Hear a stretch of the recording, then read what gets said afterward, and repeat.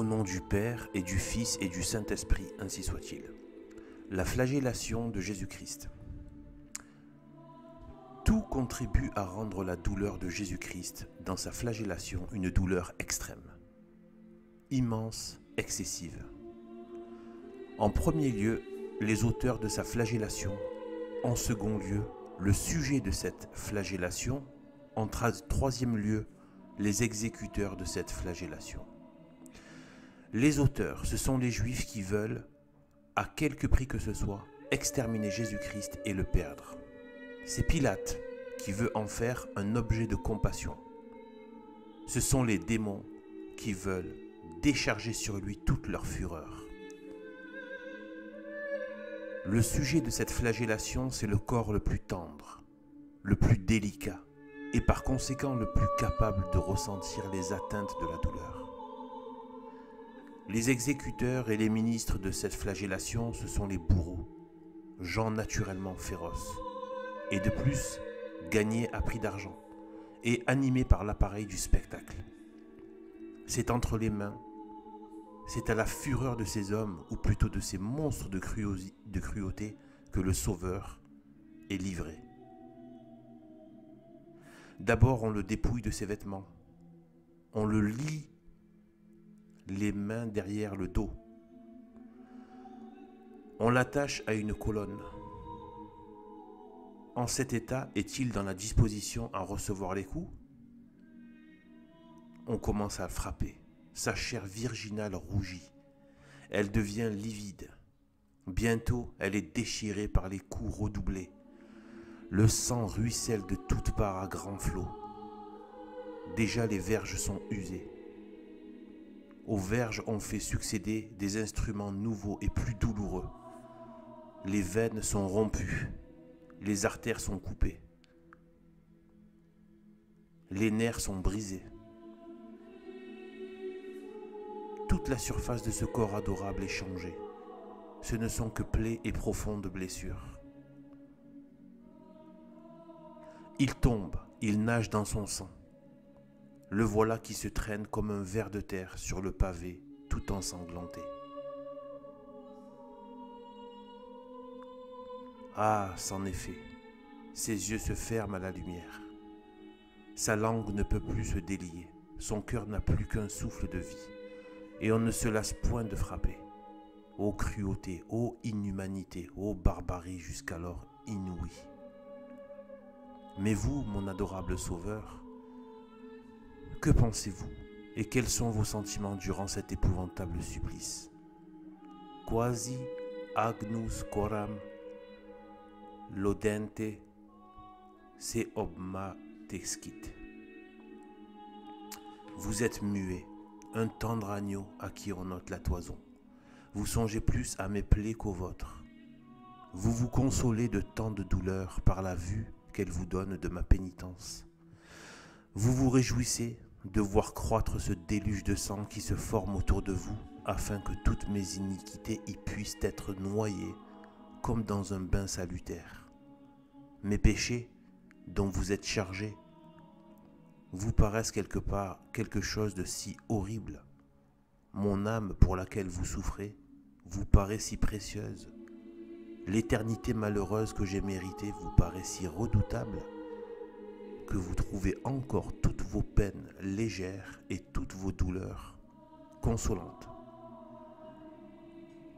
Si, par là, vous sauvez cette âme qui vous est si chère, Père céleste, vous qui, du haut du ciel, voyez votre Fils bien-aimé réduit dans ce triste état, serez-vous enfin apaisé et n'arracherez-vous point cette sainte victime à la fureur de ses ennemis et de ses bourreaux? Non, non, frappez encore, la justice n'est point satisfaite, les péchés crient encore vengeance, frappez, assouvissez votre rage, c'est à présent l'heure des puissances des ténèbres. Ah, je le comprends, mon divin Sauveur, tous les péchés ont contribué à réduire votre corps à cet excès de souffrance et de douleur dans votre flagellation. Mais celui qui y a contribué plus que tout autre, c'est ce funeste péché ce détestable péché d'impureté où les hommes se sont livrés avec tant de passion. Péché honteux qui déshonore, qui avilit, qui dégrade l'homme jusqu'à le réduire à la condition des bêtes. Comparatus est iumentis incipientibus et similis fartus est illis. Péché commun qui a infecté toutes les conditions, allumé le feu dans tous les cœurs, couvert la terre entière d'un déluge d'iniquité jusqu'à provoquer la colère vengeresse du ciel contre les hommes qui avaient défiguré dans eux l'image de Dieu. Péché funeste qui a tué tous les malheurs, toutes les calamités, tous les fléaux du ciel sur la terre. Elle avait été autrefois noyée dans un déluge d'eau pour les péchés de tant d'hommes coupables. Il faut qu'elle soit aujourd'hui noyée dans un déluge de sang et du sang d'un Dieu qui le verse pour les racheter. Péché détestable qui s'élève contre la sainteté même de Dieu. Et comment ce Dieu qui est le Saint des Saints par excellence, qui trouve des taches dans les astres et dans les intelligences célestes, ne verrait-il pas avec horreur un péché qui introduit l'abomination de la désolation dans le lieu saint, c'est-à-dire dans une âme créée à l'image de Dieu? Péché exécrable qui renverse les desseins de Dieu, qui viole sa grâce, qui profane ses dons, qui rend comme inutile la passion de Jésus-Christ, qui abuse de ses mérites, qui foule aux pieds le prix de son sang, qui cause tant de ravages dans l'univers, la division dans les cœurs, les divorces dans les mariages, la discorde dans les familles, la désolation dans les villes et dans les empires. Péché en un mot qui a produit tant d'autres péchés, qui a causé la réprobation de tant d'hommes et qui tous les jours encore précipite tant d'âmes dans les enfers. Et pour dire quelque chose de plus encore, le voilà, ô mon adorable Sauveur, ce péché qui a fait souffrir votre corps sacré, qui a déchiré votre chair virginale, qui vous a causé tant de plaies et de si excessives souffrances. Des chrétiens qui se livrent aux excès honteux de ce crime, ne semblent-ils pas renoncer à leur Sauveur, à leur foi, à leur caractère, qu'ils considèrent un Dieu dans sa flagellation douloureuse, et ils comprendront quelle est l'horreur d'un tel crime. Mais sans en venir même au désordre, aux excès de ce péché détestable, combien d'autres péchés en ce point dont nous sommes coupables aux yeux de Dieu et qui ont contribué au tourment de Jésus dans sa flagellation. Tant de sensualité, tant de délicatesse, tant de recherche de nous-mêmes, de nos commodités, de nos aises, ce soin immodéré de la santé, ces satisfactions continuelles des sens, ces craintes excessives de tout ce qui peut incommoder et affliger le corps. Au moindre danger pour la santé, on s'alarme. À la moindre incommodité, on se plaint. Jamais assez d'attention, de précaution, de ménagement jusqu'à ne pouvoir pratiquer aucune mortification, jusqu'à négliger et enfreindre la loi des jeûnes prescrits, jusqu'à ne pouvoir supporter les rigueurs des saisons. En un mot, jusqu'à craindre le nom même d'austérité et tout ce qu'on peut d'adoucissement et de dispense en tout ce qui pourrait gêner et affliger la nature.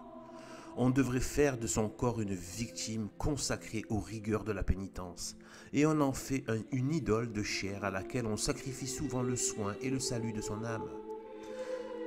Quand une créature mortelle étale sur son corps les ornements, les parures de tout cet attirail de vanité superflue, pense-t-elle que ce corps sera un jour la pâture des vers ? Que, caché et enseveli dans l'obscurité du tombeau, il sera foulé aux pieds et bientôt réduit à la vile poussière dont il a été formé ?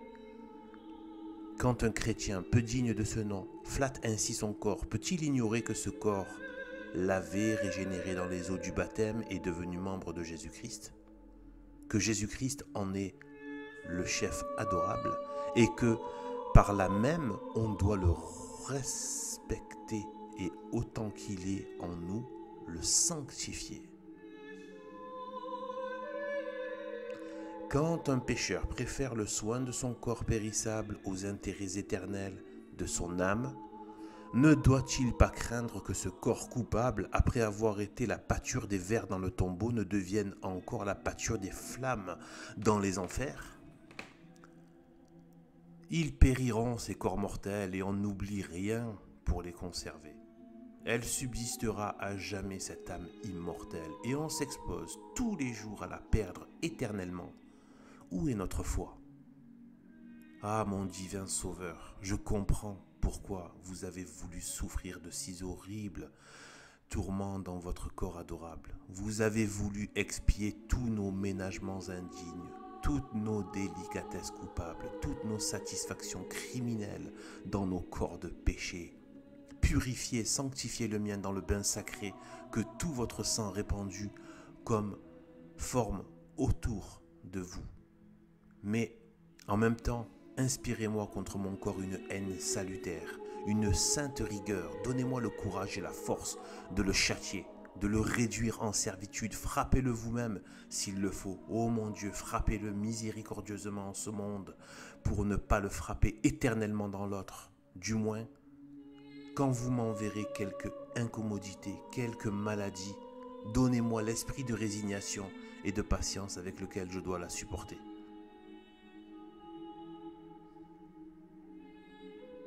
Quoi que je puisse avoir à souffrir des douleurs dans mon corps, égaleront-elles jamais les douleurs excessives que vous endurâtes dans votre flagellation? Dieu saint, agneau sans tache, votre chair innocente déchirée, vos veines ouvertes, votre sang répandu, tout votre corps couvert de blessures, arrache les larmes de mes yeux et font à mon cœur une plaie sensible. Mon Dieu, je me jette à vos pieds, je considère ce spectacle sanglant. Et que pourrais-je faire et souffrir pour y prendre part? Hélas, quand la pénitence couvrirait tout mon corps d'instruments douloureux et de plaies profondes, pourrait-elle jamais guérir les plaies mortelles que j'ai faites à mon âme?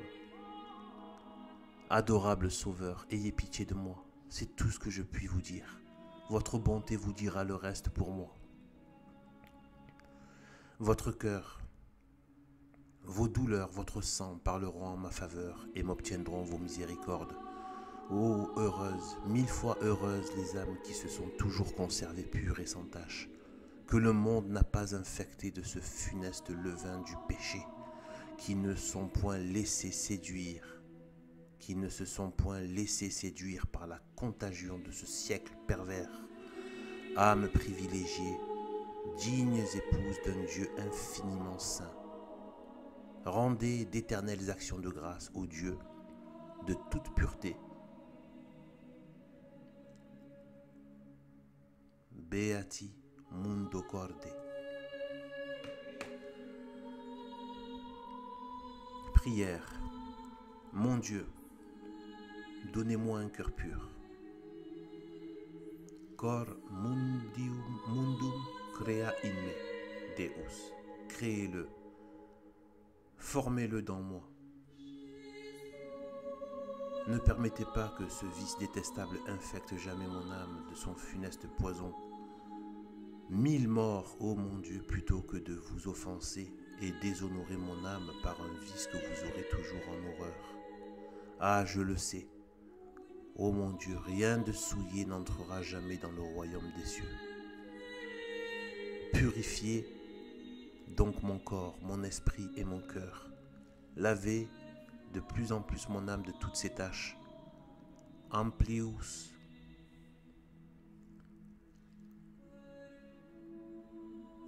pavea me ab me inignitat med.